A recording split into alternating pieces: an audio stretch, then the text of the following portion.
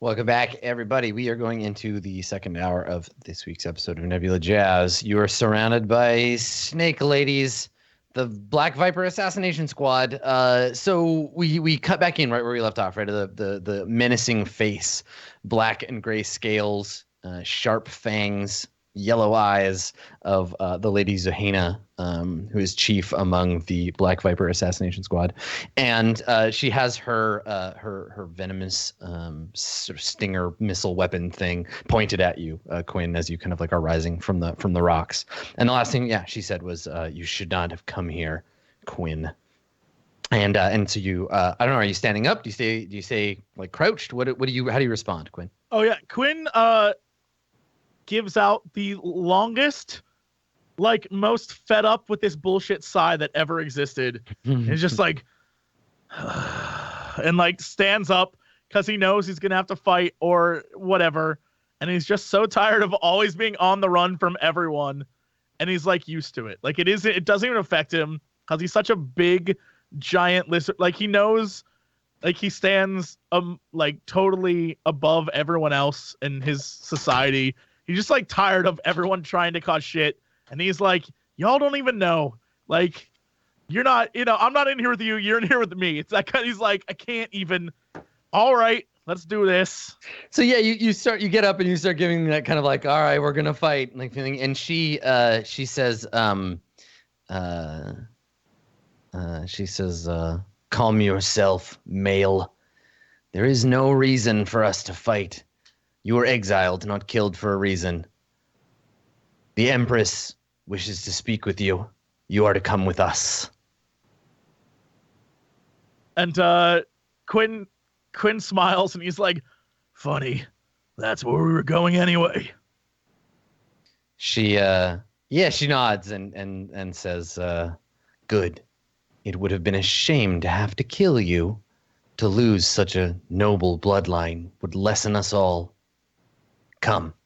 And she like gestures, and some of them start to like slither off into the darkness. And the others gesture for Aurora. Like Aurora, you're being shaken awake. And Rex, the one that was near you, she's got her crossbow pointed at you, but doesn't seem to be like she's just like, let's go, we're leaving. Quinn doesn't move, and he looks over at Rex and he says, I said that's where we were going, but I didn't say we were going with you. And he just stands Hell still. Yeah. He just Hearing stands this, still. Rex looks up at the person with the crossbow aimed at him, and he goes, your boss is in trouble. And while they're being super intense, Aurora's just like scratching her eyes. She's like, wait, where are we going? And that's it. Like just completely out of it. My intention here is to have the guard just briefly look at her boss so that I can make a quick dash. Okay. So you want to make it look like, you want to fake her out. You want to be like, your boss is in trouble. I literally need to buy myself a split second. Yeah. So I'm just like, yeah. And what do you want to do with that split second if you get it? Rex is gonna just bolt straight past her and eat her boss. You just want to throw yourself at her boss. Okay. Yeah. All right. The desert hasn't been kind to Rex. He's parched, and he can, to the point where like he can hear the pulsing of blood in their veins, and the water they're in, and he wants it. Okay. So let me just see here. So the regular vipers. Okay. Shouldn't have given her a name. It's pointless. You should have called her Slarp because at least she'd be out of the way. We wouldn't have to. Yeah. I feel bad. No. The next time you kill somebody, right before, like some unnamed person, right before they die, they'll be like, "You'll never get away with the murder of Slarp," and then they'll die. And then Slarp will be dead. I'm saving it. It's in my pocket.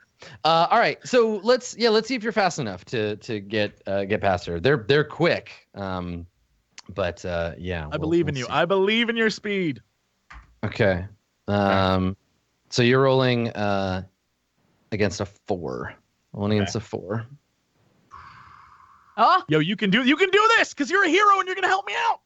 Yeah. So what are you gonna invoke here, Rex, to get that +2? I'm gonna invoke my I can feel it in the air tonight. As I mentioned, I can literally just feel that blood pumping in their veins. And I know exactly how many paces away this ringleader is. I can feel her heart racing as she's confronting Quinn. And going for the jugular. Okay, well, I've got points too, so I'm gonna invoke as well. I'll use one of my. I guess I only have 3 points because Eugene's not in this scene, so I'll use one of my 3 points to invoke the assassin's one aspect they have that you don't know what it is. So I'm still ahead of you. We're the same place we left off. Do you want to use that last point, Rex? Yes, you can use it because you're a hero. Yeah, I'm gonna use it. Okay. Rex looks like a shark. Can I compel you to use it so I can give you one of I don't think mine? you No, not in the me, middle of a. We're in the middle of like a thing. It's got to be before or after. You All can right. compel him to get him to do an action, but this is already that action. Gotcha. Yo, Rex looks like a shark. He feels like a shark. He's probably a shark, and he already knows what's for dinner, and it's that fucking ringleader You've right settled there. in on your prey. It doesn't matter. It doesn't matter if Okay. they've seen me or otherwise. Okay. All right. Okay. So so you're too quick. You're too quick for her. Maybe she even just the split second where she looks over at your friend, you dash for your prey. So you overcome the thing that was holding you back, and now you got a clear shot on her. You want to use your stunt now? Yeah, I'm just gonna. Okay. What does that look like?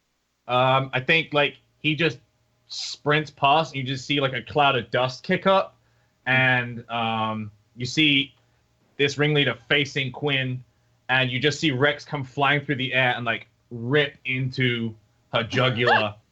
Blood. Yeah, and he like as he's like eating her, he like lifts her up, and all the blood just like showers him, and he's just like drenched in claret, just like You just covered, and he's Mortal just, like, Kombat gorging it. fatality'd her. Yeah, he Oh my God, Chet, spits her like wrist like dart thing out.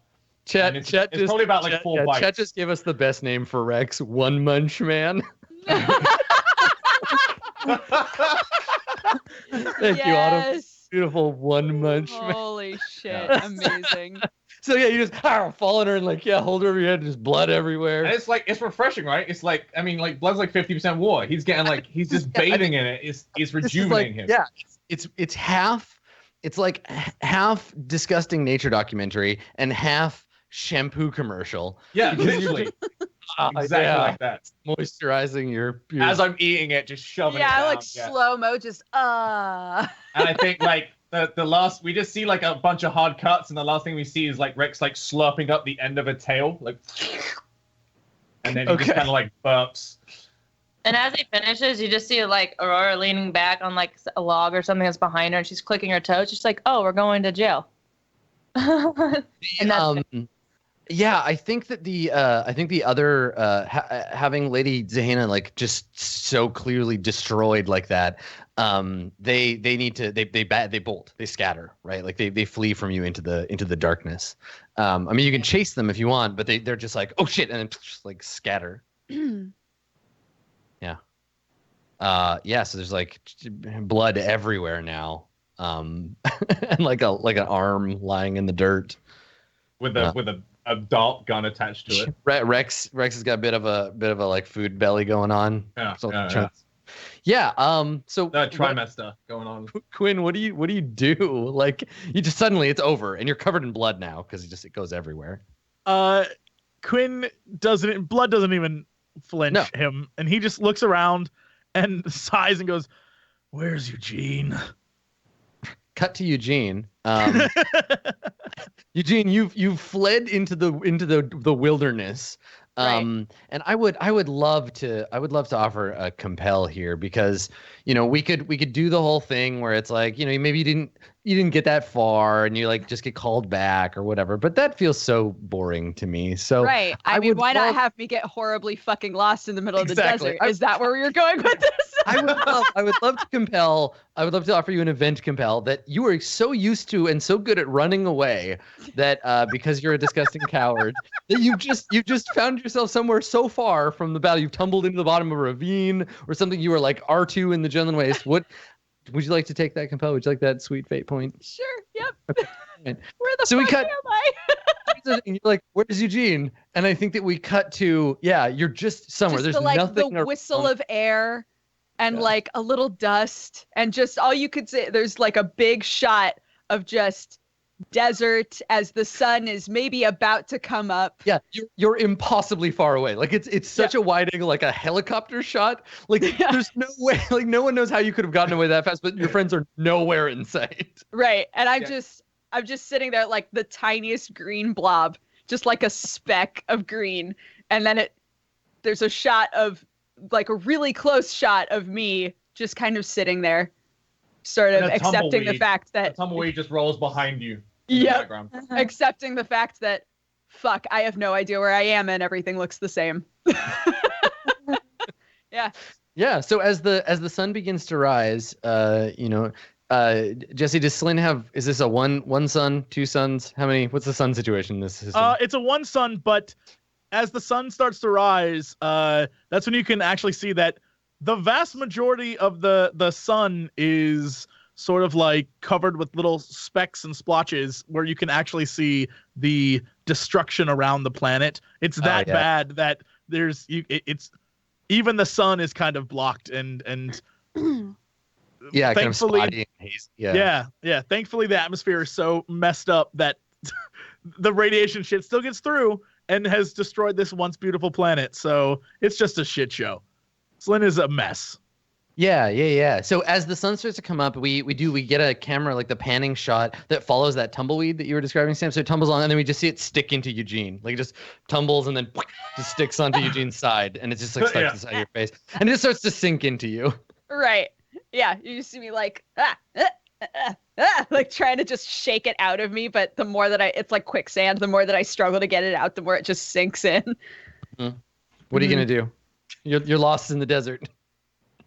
I think like, yeah, you get a couple of shots that really let it sink in. Just, I'm sort of fed up already. Like, don't know where I need to go to meet up with my buds. Mm-hmm. This is definitely all my fault, but I refuse to like fully acknowledge that. So I just feel like irritated, like, God, like that situation, am I right? Like, who could have known that was going to happen? Like, this was, well, I guess. And then I sort of aim my slime toward what I can still kind of hazily see as where we were headed, right? Like, you were lost. You're lost as fuck. You can't even see that. Oh, anymore. I literally can't even see that. I think the only thing you can see around you, aside from like vast, desert and red stone, is the towers off it is up at the top of that mountain. That's the only like structure around. And a lizard skeleton, just lying there. Probably. Someone else got lost and died. Yeah. I thought that the towers is where we were going. Is that not where we were going? Nope. I mean, Eugene wouldn't know. Maybe Eugene thinks that. I would love it. Eugene does, because Dodger thinks that. Eugene definitely thinks that. And is like, oh, okay. Look, I can meet up. If I just go in that direction, I'll probably be okay. Right? I'll be fine if I see some weirdos. I'm talking to myself now, just like starting to slime through it. Yeah, if I see some weirdos, I'll turn into a puddle. Although there aren't any puddles out here, maybe I'll stand out more that way. I'll figure it out. It'll be fine. I'm sure they're right around the corner. As it like backs we up. get the slow pan out, and we see like the little trail, your little slime trail in the desert as you head out in that direction, the wrong direction. Right. And I think horse with no name begins to play in the center as we pan away from you. And then we fade out, and we fade back in on Quinn, Rex, and Aurora. Now, where do we see you? Dawn has come, and you've lost Eugene in the desert.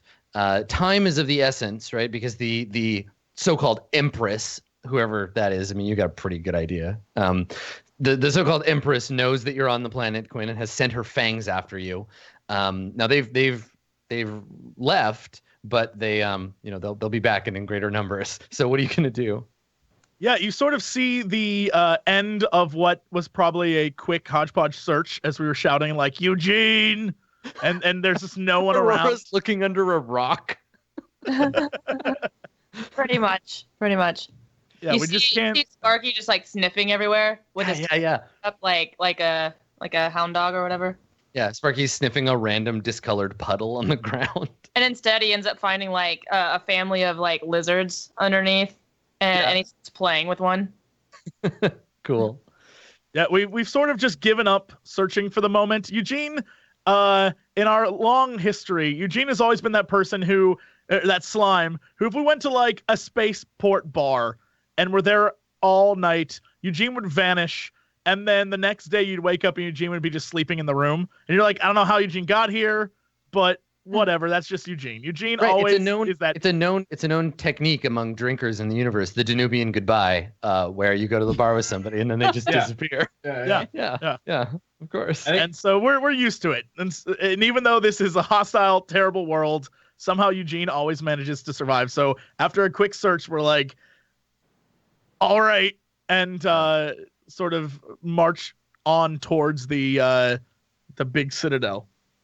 Rex kind of motions to Aurora to stop searching and come with them, and then like reassuringly like whispers to Quinn, "He's got 9 lives. You know we'll see him in a sec." And as I like begin to follow, I pick up the lizard that Sparky's messing with, and I look at Quinn. I'm like, "Are you related to this?" And I'm just like, it's just dangling and like looking at me. Quinn is about to say something about monkeys, but then doesn't because he still has to keep his promise. Yeah. He's about to make a snarky comeback, and it's like, you just pull out a toaster. Are you related to this? It's in my pants. I just pull out a toaster. Are you related to this? Is this your sister?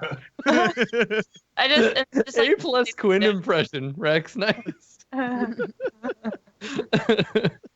Awesome.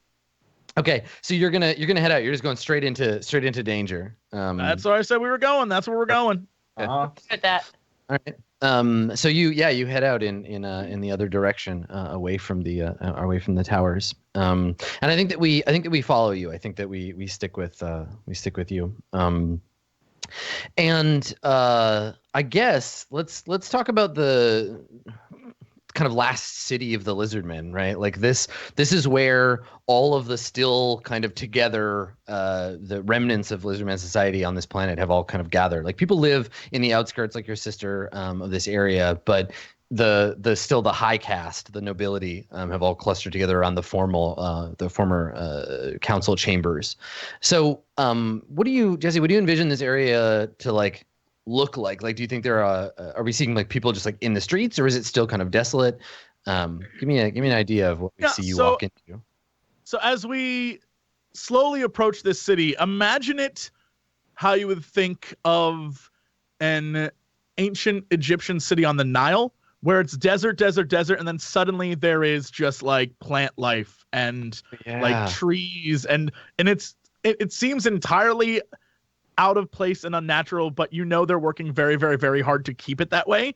And so there are countless lower class lizard people watering and like scraping dirt and like planting stuff and keeping everything going. And there's all sorts of machines that are there, like water recycling machines and like vaporizers and things like all these different things trying to keep this city functioning and looking pristine and beautiful, even though it is all for show and just bullshit, because the minute you leave the city, it's a wasteland.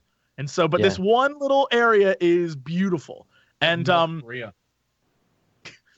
yep.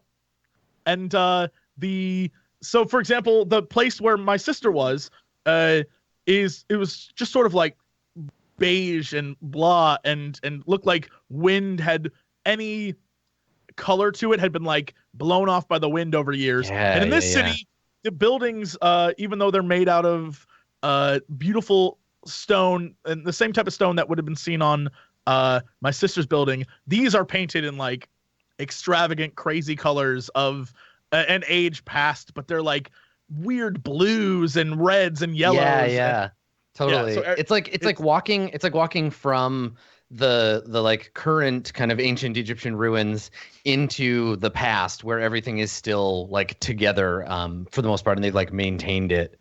Yeah. I dig it.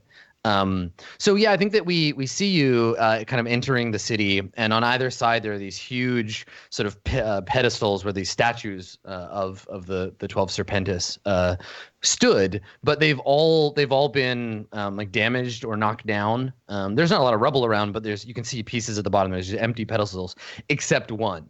And this is where we see, viewers will recognize from the end of the last episode. We see the last remaining member. We see the Lady Vaj, and she, her statue is still painted and maintained. She looks very regal. She's holding like the Ankh and the crook or whatever, like the symbols of her counselorship.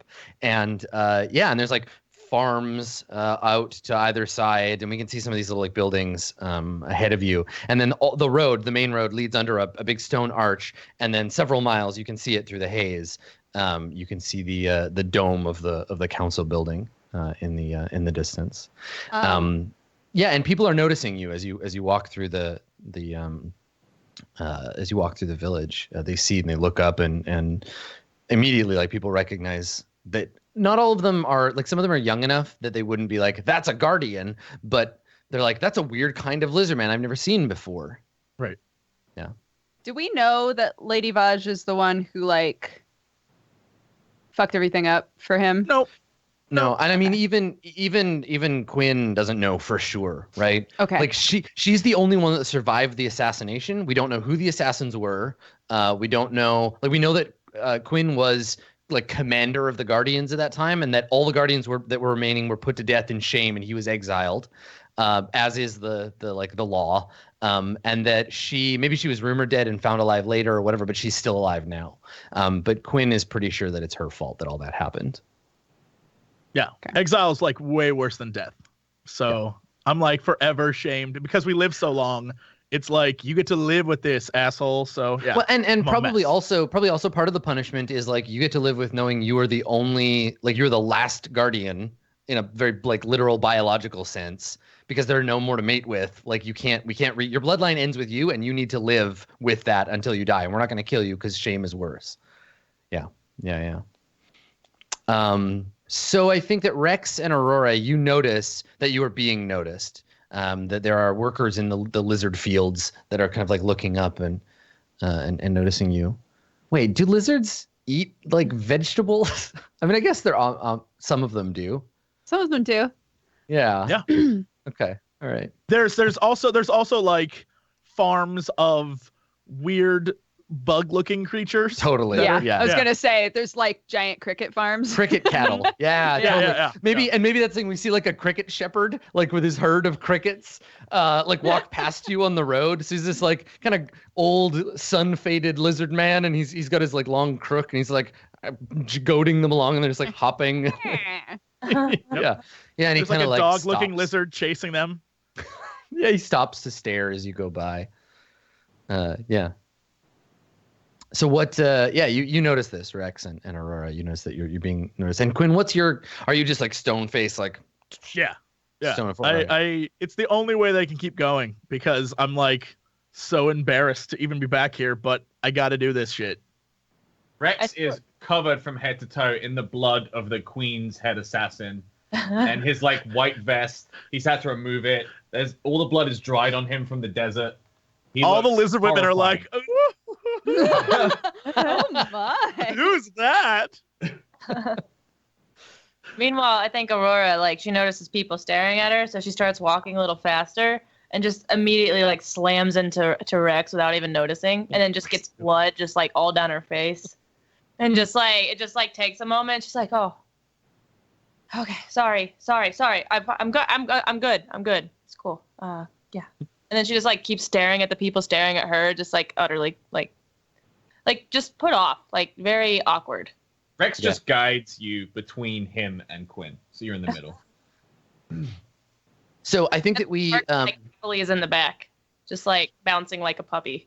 Yeah, while we see the two of you, I see Rex, and we're kind of the camera's focused on Aurora and Rex in this little moment that you have, and we kind of lose track. There's transit, but we don't see where you're going or whatever. And then you realize that Quinn has stopped, and so you stop, and we see Quinn, you are looking up. You can tell me what your reaction is, but we're looking up. You're looking up at a statue that is not familiar to you. This plaza, kind of the end bit of the road. I'm thinking like the road goes through the arch, leads up through town into the kind of larger buildings, and there's a central kind of market plaza. And in the middle, there used to be a statue here, like an obelisk or something, symbolizing the great military campaigns of the Empire. And it was supposed to have written on it the thousandfold names of the systems that belong to the Empire of Slyn. But since the Empire fell, this obelisk is gone. You don't see the obelisk that you expected. And instead, there is a monument to your disgrace. We see a statue of Quinn. And how does it depict you? How are you depicted by the like people here? And what do your friends see in this statue? A short lizard man. Well, they have to make him look scary, right? Like, I don't know. What do they show? Like, what do they want everyone to be reminded of when they see the disgraced guardian? It's a statue of a like twisted, bizarre looking lizard creature, sort of hovering over what appears to be like many lizard figures, but they all have like spears and stuff pointed up at this creature.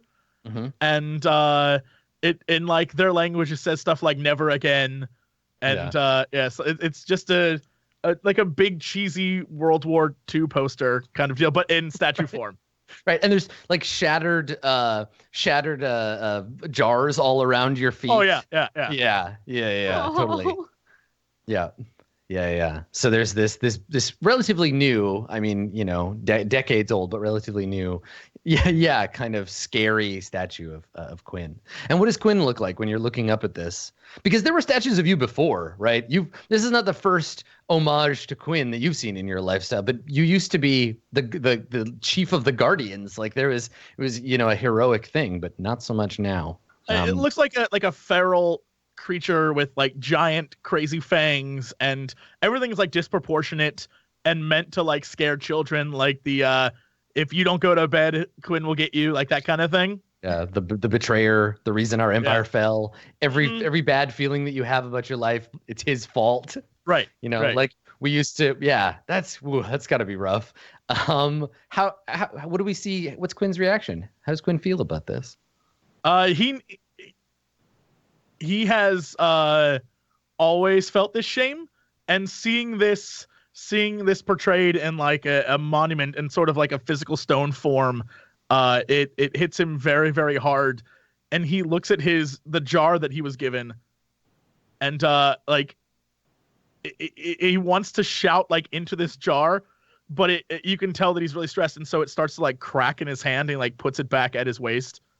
Yeah, and like, I think I actually, before you get a chance to put it in your waist, we see you like holding it, and we see you like squeezing the jar and hear the cracking, and then we see a sort of wizened old like lizard hand like on your just like come out of frame, like into frame and come on your wrist, and you hear an old man's voice be like, "Now I know it's upsetting, son, but there's no reason to do that."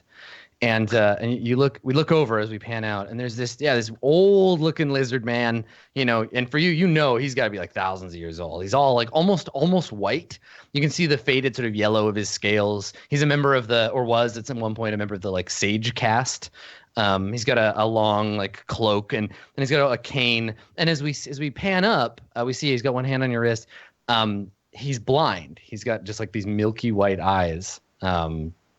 And he says this old statue, well, and he like sighs, and he says it can really get to you, huh?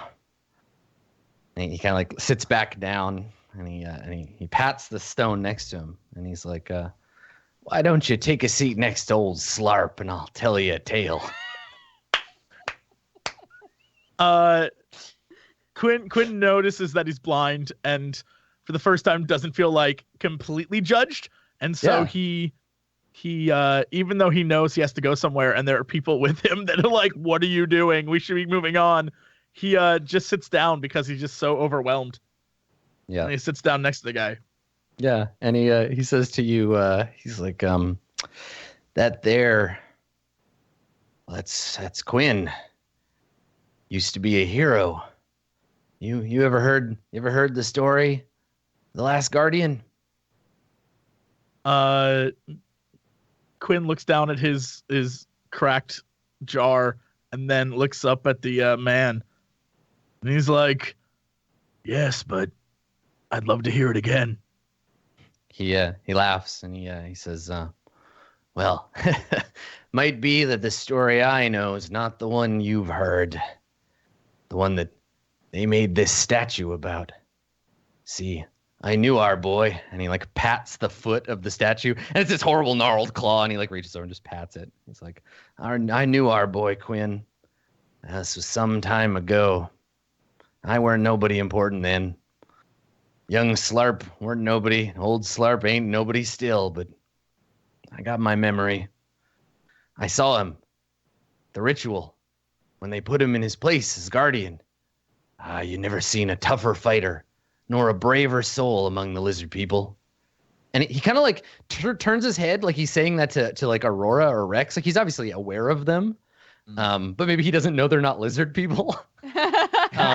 Rex is like leaning on a tree, just like listening from a short distance. And Aurora's like literally right in front of the guy with her like legs like crossed, and she's just like staring up at him, like just studying him and listening very closely.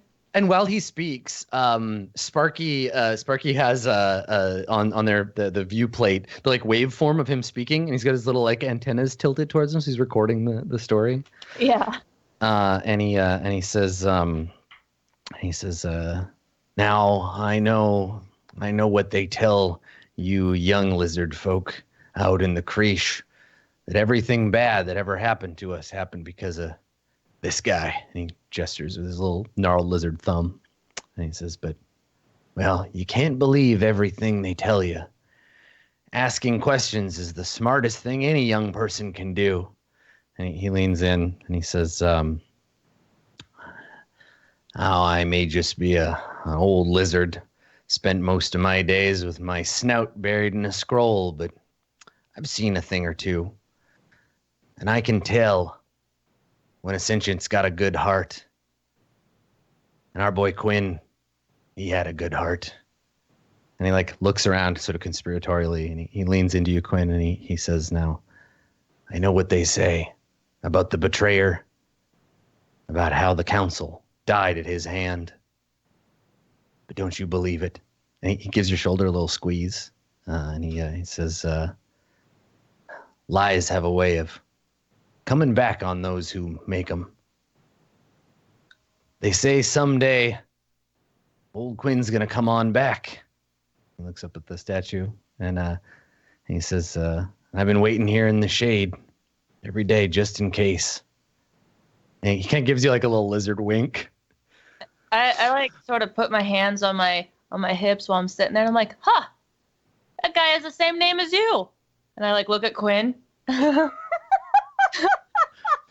Like it's just not processing very slowly for Aurora that this guy in the statue is also Quinn.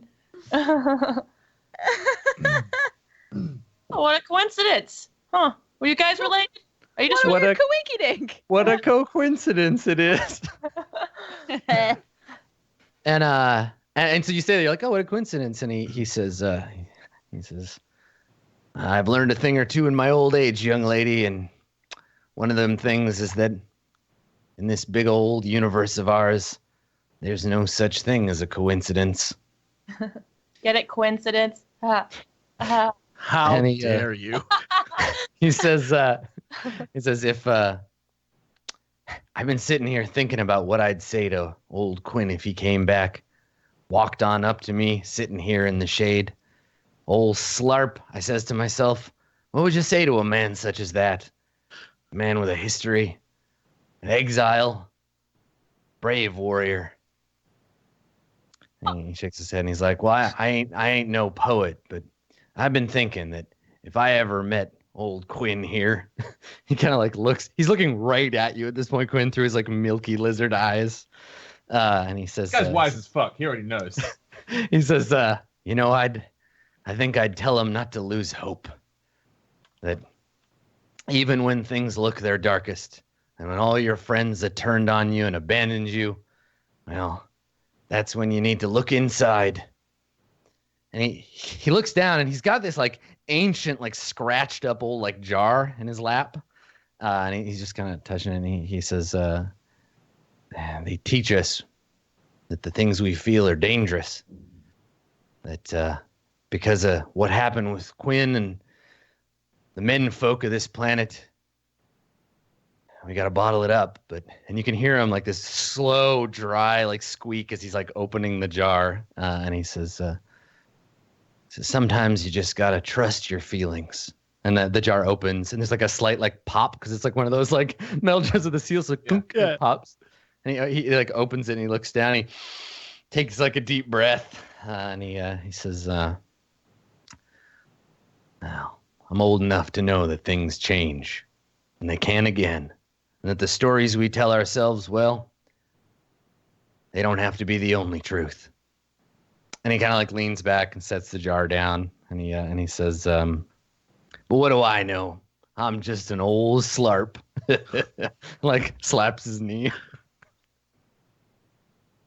So Quinn looks down at the jar in his hands and then looks over at Slarp and sort of puts his mouth next to his ear and whispers to him, "I am Quinn Tolatalok, the last guardian of the 12 Serpentes, the damned son of Slyn. Today, you have my thanks. And I'll remember your choice not to run." And then he stands up, and it cuts to his jar, right next to the jar that Quinn just left there, the one with the cracks next to it. Yeah. And he walks away. Dude, in my head, I was like, if you leave the jar next to his jar, perfect. Yeah. And then the two jars are right there. Yeah. He walks off. So which direction do you go? Are you walking into the city or are you heading towards the temple? Oh, straight into the heart of this messed up city. Let's do this. And so as you old man walk inspiration. Away, as the three of you walk away, he looks down at the jar and he shakes his head and to no one, to like the empty cart. And he's like, "Well, shucks, boy, you think I didn't know that?" And he just kind of like leans back in the shade. He's like, "Yep." And as I walk away, like old Slarp. What a nice day for old Slarp. I think see like Sparky go up and sniff the guy, and then like I'm like, "I like you," and I just like walk away, just not say nothing else. Okay, awesome. Rex kind of like pauses and just like grins at him as like a thank you, and then like just keeps going, doesn't say nothing. Yeah. All right, cool. Yeah, old Slarp just takes out his pipe and just lights his pipe and sits there in the shadow of the Statue of Lies. Slarp still got it. Slarp's killing it every day. That's just what our boy Quinn needed. So meanwhile in the desert, we see this mountain. And we're closer than we have been before, right? We see this mighty kind of it's like the desert version of Everest. We can see that the temple thing with these six ornate columns have been carved right out of the mountainside itself, and the mountain juts up like a jagged tooth out of the desert. And around it in the hills, we can see these sort of hive dwellings that have been carved in around it.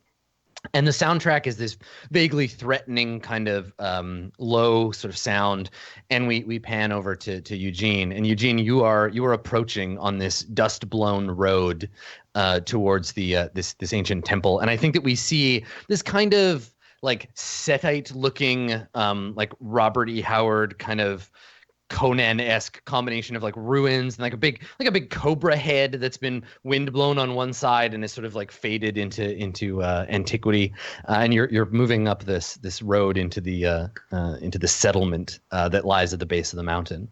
What are you doing? Are you still talking to yourself, or what does Eugene look like at this moment? Yeah, at this point, some of the slime looks like, you know, if a person were in extreme heat and like tied their t-shirt around their head. It just looks. I look like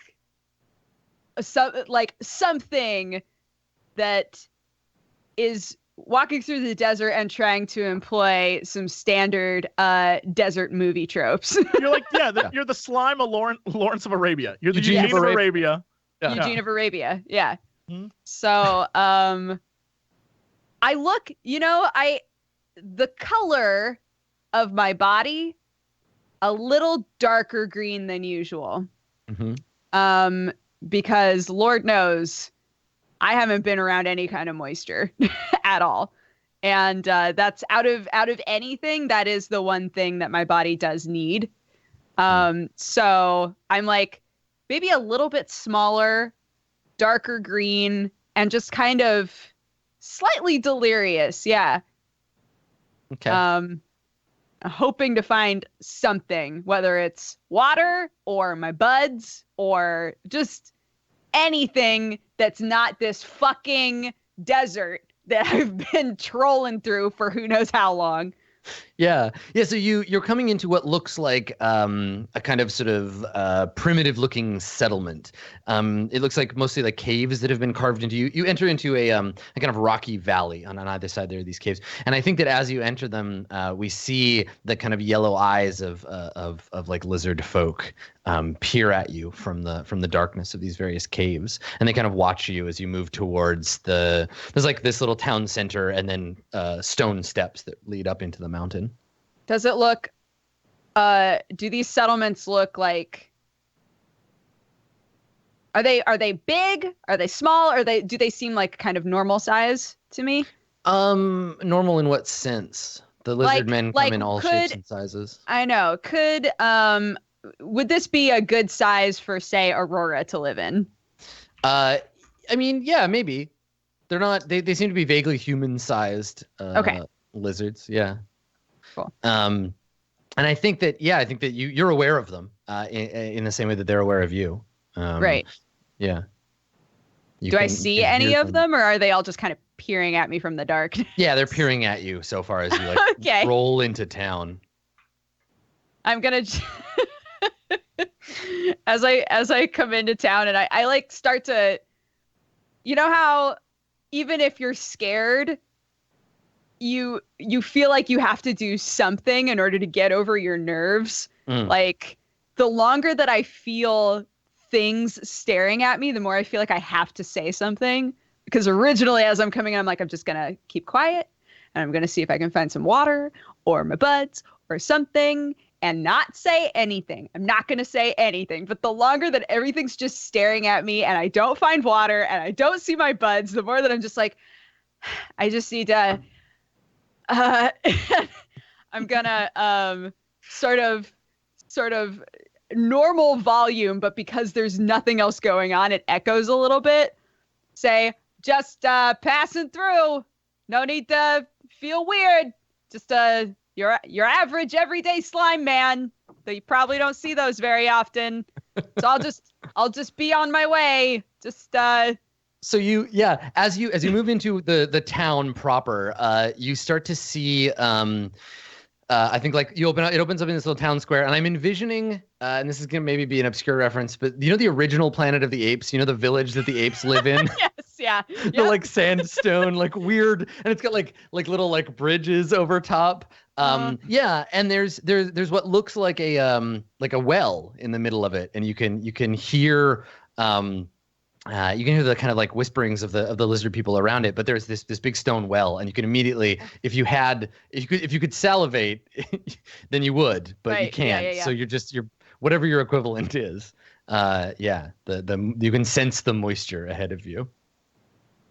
I'm gonna, and it's just there's just this open well sitting in front of you. I'm gonna move that way. I'm desperate enough that it's overpowering my sense of like I should be cautious right now. Okay.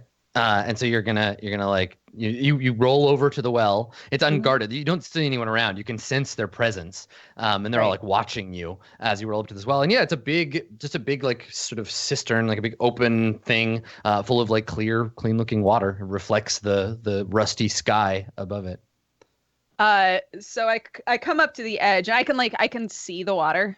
Mm-hmm. Okay. Yeah. I come up to the edge. And to anything that's watching me, it would probably look slightly disturbing because it's like this thing that definitely has form that then just sort of flops over in this kind of disgusting manner, just like completely like here's the edge of the well, right? And it I come up to it and just like, yeah, and just kind of let part of my body hit the water and just stay like that. All right, a gasp of surprise and astonishment like ripples out through the hut, like there's like religious terror as people are like, oh no, and like there's like whispering, and then we see up on one of the like above levels a lizard man. He's about 5 feet tall. He's this kind of orange like color, and he's covered in spiky plates. Imagine like a desert like lizard, a horned lizard or whatever, but in like bipedal in lizard form. And yeah, he's got these 2 big like horns, and he's wearing these like long multicolored robes, and he's got a staff. And he steps out, and he has on the front of his face like. They're like whiskers, kind of like how a catfish has. So you can see these like long whiskers, but they're basically just put there to make him look like old and wise, like on the costume, right? The costume designer was like, he's an old lizard priest, so we got to throw some like. So he needs facial hair of some facial kind. hair, yeah. He's got Admiral Akbar whiskers, and he steps out of the shadows and he points his staff at you with like a shake, and the bones on it rattle, and he says. The outsider has profaned the sacred well, and there's like whisperings, and these other like horned lizard men, like, and they're all men. There's no like the snake women. They'll like come out to look, and they're whispering. They're like, profane the well, and they're all like whispering to each other. And he looks at his big lizard eyes. He points at you. And he's like, seize it. And you see 2 of them, like maybe you didn't notice them before. They're coming up behind you with a net, like ready to throw it on you. Can I say that, like, while all of this is going on and like they're moving in closer and closer, and he like points at me, it's at that moment that I like, oh, I feel so much, but whoa, okay, like I was completely not even realizing anything was going on until I sort of came back out and felt refreshed, and then was assaulted by whatever is about to happen. Yeah, so I guess that's the thing. What do you like? You see them. You can sense that they're coming up with this like this net they're gonna throw on you, and the lizard priest is like pointing down at you, like, yeah, seize it. Do you want to say anything? You have an opportunity. Yeah, I'm gonna say, oh, well, okay. Look, I don't know if this is like special. I'm not really from here, as you might expect. And no offense, that's not really gonna work. I like kind of gesture toward the net. I'm like, that's not. It's just like how I'm built. That's not really. I mean, there's 2 of them. There's 2 of them sort of sheepishly like looking at each other, like, but we have to use the net. That's what. That's like, that's why we have it. Like, we're gonna throw it on you. Look, I'll just. You know what? How about you put your nets away? You put your bony thing away. I'll go away. You'll never see me again. I was just passing through, and I'll gladly go back out into the terrible, awful desert so that we never have to see each other again. Yeah, he shakes his head and he says, it is our sacred law that only the Blixnort drink from the well. You have profaned it with your presence and must be punished. And he like stamps his staff down on the ground and like rattles. And then there's the same whispering. They're like, punished. Yes, must punish him. I punish the creature. Okay, then how about ponder this maybe, because I was given the opportunity to drink of the water, maybe I'm the Blixnort. And then there's like whisperings of like heresy, like they're like whispering among themselves, and the shaman, the lizard shaman, he laughs. He's like, "You amuse me, slime creature." Thank you. That's all I'm good at. And when he laughs, all of the other like lizards like laugh too, and like they're being like fairly emotive, which is weird, right? Like they're all like chuckling and. Right, I was about to say he's laughing. Yeah. That's odd, right? And and then he stops, and he says, no, the Blixnort Libolacta is a mighty lizard man. We await him here, and our liberation. And then they all like whisper. Like basically every time he finishes a sentence, everyone around just like whispers, liberation, yes. Yeah. Yeah. Okay. Can I don't see. Do any of them have jars? No, They don't. None Okay. of them have the jars that you're used to seeing on Quinn. Okay. I'm gonna say, it's odd. I'm noticing that you gentlemen don't seem to have jars, as is, the way of many on this planet. It just so happens I came here with a very powerful lizard man who also does not use a jar. And he looks down at you and he says, "You are observant for Thank you. whatever you are. Yes, we refuse to be jarred. It is a hard life, a difficult life, a life of pain and suffering and sadness and disgust and happiness." And he like shakes his head and then says, "We feel many feelings." And then they all kind of nod like that's a sagely thing to say, like, yes, the feeling of feelings. And he says, and he's walking down the steps towards you as he says this. And he says, "We await our salvation at the hands of the Blixnord Libolacta, the chosen one, he who will not be jarred. We aim to live in his image." And then one of the nearby like little lizards like nods to him, and he steps up towards you, and he says, "Until such time that he arrives to claim his rightful place, we protect this, his village, his sacred mountain, his temple." And we can see the temple up in the distance in the background. And he says, "By profaning the well, you have broken our sacred law." And he kind of like looks down at you, and suddenly he becomes very sad, and like a tear like slides down his little lizard face, and his tongue like shoots out and like licks it up. Right. And he says, "I feel a great sadness for what is to come for you, creature. For by our law, you must be destroyed." And like, But wait, but eyes are why? welling But up. wait. Can you give me some reasoning on this? Like, why do I got like, just pitch this to me, right? Because right now I'm feeling like maybe I'll be dying for no reason. And like, you're sad. Think about me. I'm pretty sad about this. So like, maybe if we could just talk about this over a nice cup of tea. I hear you guys make great tea. He nods as he's listening to you, and he scratches his little chin with his little claw, and he says, "Yes, that does sound logical."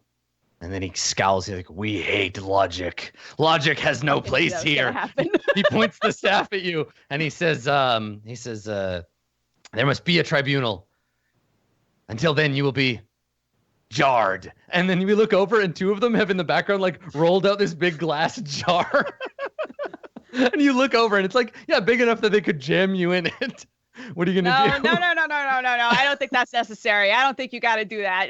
You know what? Actually, now that I think about it, I think the nets will work great. I think, maybe we should try the net thing. We never even gave it a shot. So, Like you look over the guys at the net, and they're talking in the corner, all sad. Like, we're really looking forward to using the nets. Like, that's our job. And then you look over, and they kind of, it's like seeing like a newscaster who's not expected to get cut to, and they like look up, like, what were you talking about the net? And they kind of look surprised. And we're getting this kind of like looming as they all kind of close in around you. okay. What do you want to do? I'm going to use my stunt. Okay. All right. Hold on. Everybody Before wants we to do do that- something. Let's just, you know what? Let's take a minute here. We're do a break. There's a moment of tension. Everybody wants to compel Eugene. So we'll take a second here. You can think about how you want to get out of this situation, and when we get back from the break, we will find out whether Eugene gets jammed in the jar or not. Stick Great. around. We got more Nebula Jazz coming at you right after this.